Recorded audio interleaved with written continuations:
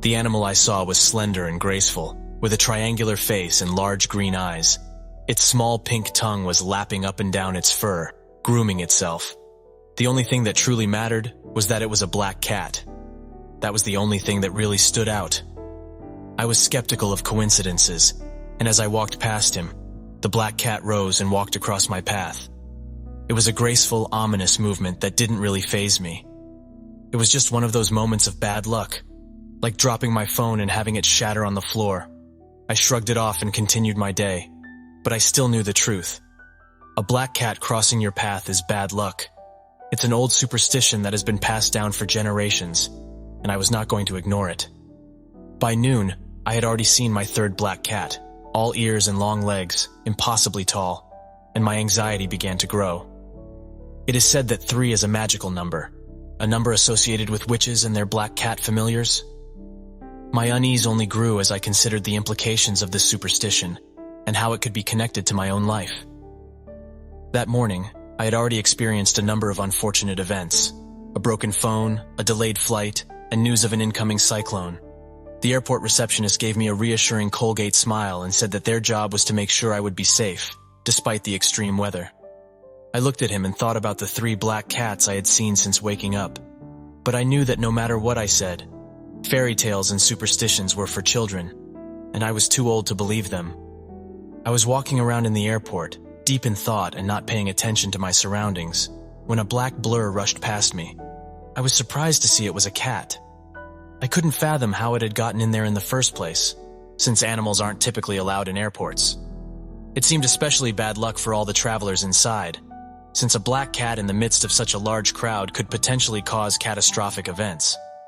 Despite the possibility, the children in the area seemed delighted to have the cat's company. Still, I couldn't help but worry about what might have been if the cat had been allowed to stay. I was well aware that in China, the number 4 is associated with death.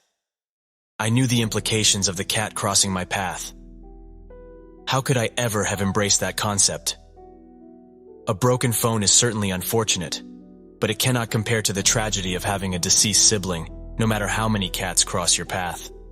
When I was young and naive, I wasn't concerned when black cats crossed my path. Whether it be 1 or 4 or 100, I was blissfully ignorant of the concept of omens, luck, fortune, and whatever else might be associated with a higher power. The only thing I had faith in was science. That was my God and my truth. But now, perhaps I should go back to the beginning and reevaluate my beliefs.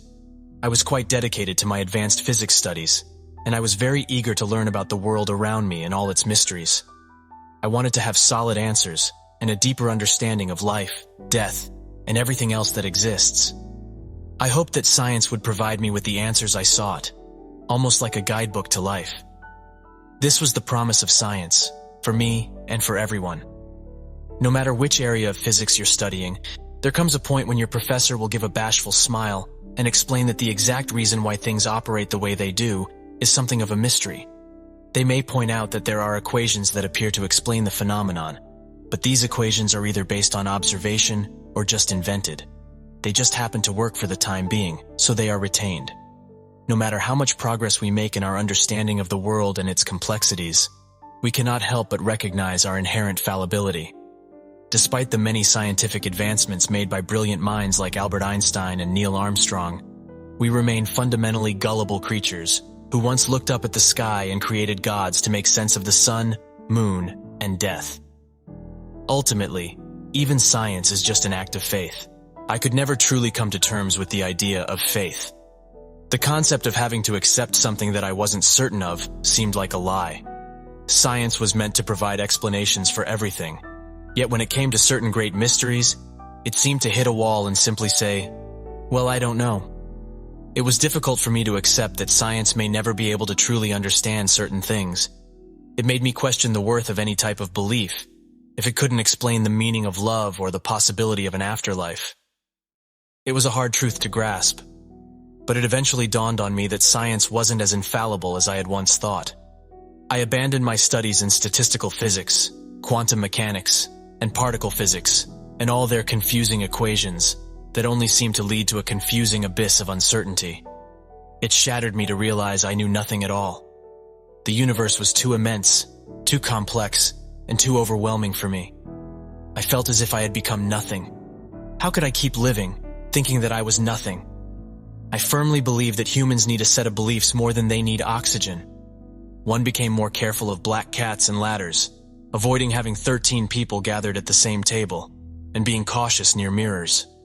It wasn't much, but it was something, and anything was better than nothing. It was remarkable how life suddenly became real when I began to believe in it. I had just enjoyed a large family dinner with 12 other people, and only a few weeks later, my mother was tragically killed in a car accident. My younger brother Tom, always the jokester, decided to take things a bit too far by running under a ladder 3 times, mocking the saying, "Once is a bad luck charm, twice takes back the harm, thrice summons a devil swarm." Unfortunately for him, this resulted in him breaking his leg shortly after. I had an unfortunate encounter with 4 black cats. The first one made my phone drop from my hands, and the second one caused a delay in my flight. When the third one crossed my path, the news of an approaching hurricane in Jacksonville was announced, resulting in the cancellation of my flight. The fourth one seemed to be a warning for someone I knew. Had I still had my phone, I would have spent hours begging this person not to leave their house, not to take the car, and not to touch any electrical device in the storm. Although no one can change their destiny, I wanted to try to protect them from the storm. It's better to do something, no matter how small, than to feel powerless. Superstitions have been around since ancient times and continue to persist today because of the belief that they can influence events and protect against bad luck. I stopped counting after that. I refused to believe any bad omens that might indicate something bad happening to my brother. I chose to disregard any black cats that I might come across. However, I couldn't bring myself to do that. I encountered 5 black cats in succession before I sustained an unfortunate injury to my right wrist, which jeopardized my prospects of winning the athletic scholarships I needed for college. Right after that, my landlord told me that she couldn't allow me to stay for a few extra weeks, regardless of any issues I had with my flight back home. The 7th black cat seemed different from the others, as is often the case with the 7th of any set. The elderly woman was surly as she glowered at me in the hospital waiting room. Her fur should have been black, yet time had dulled its shine to a deep gray, giving the appearance of being neglected. Cats aren't generally seen in hospitals as much as airports, yet this particular cat appeared completely at ease. She made no noise and was still as a statue, her pale yellow eyes observing the hustle and bustle of the hospital with a detached curiosity. The staff and patients alike paid no mind to her presence. Yet when she caught my gaze from my seat in the waiting room, she locked her eyes onto mine, unwavering and unyielding. The doctor whistled as she walked through the hall, sending a signal that the cat seemed to recognize. Rising to her feet, the feline made her way towards her master, taking a brief detour and winding her long, deep gray tail around my ankle as if it was some kind of silent acknowledgement that I couldn't comprehend. She then continued her journey, not stopping or looking back. Maybe it was not really crossing paths with a black cat that was the omen, but the number 7 has a significance all its own. 7 is often associated with harmony and cosmic balance. There are 7 colors in a rainbow, 7 wonders in the world. I found myself believing that 7 cats must cross my path that day, 6 of them to bring bad luck, and a 7th to finally bring rest. This seemed logical, like a biblical reference. 6 days of work and 1 to rest. Despite all this, my dead brother was still gone. It is widely known that cats have 9 lives and not 7. Therefore, it is clear that 7 does not have anything to do with cats or luck. There is only one number associated with cats and luck, and that is 9. For 3 lives, it is said that destruction follows, breaking phones, jumping and diving, leaving chaos behind. 3 lives to wreak havoc, 3 lives to bring the storm. When the hurricane arrives, maturity is the only way to face the aftermath. The old saying goes that for every 3 cats that stray, there is hurt, death, and loss. These cats hover and snarl, ready to show their claws, but also face their own hardships such as starvation, fighting, and baring their fangs. They live a life of homelessness and rage, deprived of the same stability and security that many other cats have. The stray cat symbolizes the cruel reality of survival of the fittest, where death and despair reign supreme. For 3, it is said that the proverb holds true. After so many remarkable accomplishments, what else could you do? The cat is there to stay, gently rubbing against your leg as you pass. When you leave the hospital, the cat is waiting for you, walking alongside you as if to remind you of its presence. It sits by the entrance of the only hotel you could afford, looking at you with a boldness that is almost intimidating. As you slip on the wet pavement and your bags fall into the drain, the misfortune is almost calming. The air conditioning in your room doesn't work, and the water in the shower isn't particularly clear. But this misfortune is something you can live with. That brings the total number of cats to 9, symbolizing their 9 lives. Confucius famously said that the most difficult task one could face was to locate a black cat in a dark room. When I exited the bathroom, the first thing I noticed was a black cat in the darkness of my room. Proverbially, by night all cats are gray, but this one was quite distinct in the shadows. It was looking at me with its bright green eyes, as if it found something amusing and was proud of it. I stood at the door, immobilized, and the cat remained perched on the bed, unmoving. It cannot be here. A cat is said to have 9 lives, and it is widely accepted as truth. For 3 lives, the cat plays and explores the world. For 3 lives, it strays and is free. And for the last 3, it stays and lives in one place. No significance can be attributed to having 10 cats. Absolutely none. I take a deep breath and take a step forward, and then another, believing that if I put enough faith in it, the cat will vanish out the open window, and this whole thing will be forgotten, and forgotten quickly. Much to my surprise, the cat does something that seems nearly impossible. It gracefully hops off the bed and dashes past me, headed for the bathroom. And so it was. There were 10. I recall reading a quote by someone claiming that if a black cat crossed your path, it meant the animal was on its way somewhere. This was completely ridiculous, as it was based on a shallow scientific perspective. This viewpoint seemed to only attempt to explain what was convenient, while disregarding the rest.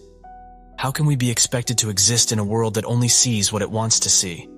It feels like fate has conspired against me. Tom is dead somewhere, and my broken phone and delayed plane prevented me from seeing him again.